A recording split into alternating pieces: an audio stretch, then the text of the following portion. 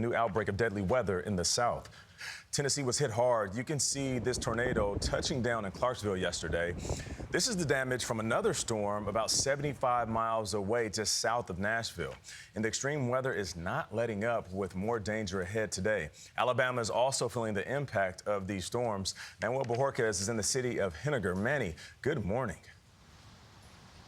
Good morning. Last night's tornado emergency extended into this morning because when we arrived here in Henniger, Alabama, the tornado sirens were going off yet again. Behind me is some of the destruction left behind by the tornado that struck around midnight. You can see this home is destroyed. The man who lives here said he survived by staying in his fireplace when the tornado hit. And there are trees down all around us. People were trapped in their homes in this area, but officials say they've all been rescued so far as northern Alabama deals with the aftermath of multiple tornadoes.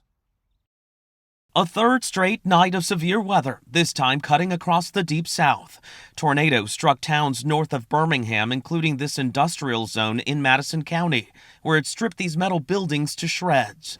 Officials in northern Alabama say there was major damage to towns and reported injuries and worked through the night to rescue residents from their homes. The intense storms coming after another day of active tornadoes that bore down on 6 states Wednesday.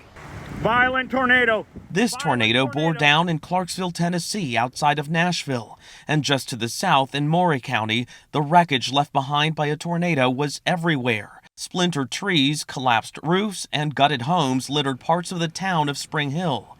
Spring Hill's mayor confirmed there was at least one fatality. We are in a search and rescue mode. We are going from house to house to make sure that everybody is okay. The storms even hitting close to home for this first responder. My parents' house was damaged right up the road, so I'm very familiar with the area. It's pretty devastating. But it wasn't only about tornadoes and wind. To Nashville's north in Gallatin, a life-threatening flash flood warning was issued. High water stranded drivers. Meanwhile, in Kentucky, this funnel cloud was spotted in Paducah as a severe storm approached. And the extreme weather stretched east to Charlotte, North Carolina, where high winds up to 60 miles per hour caused this tree to fall and crush the car below it.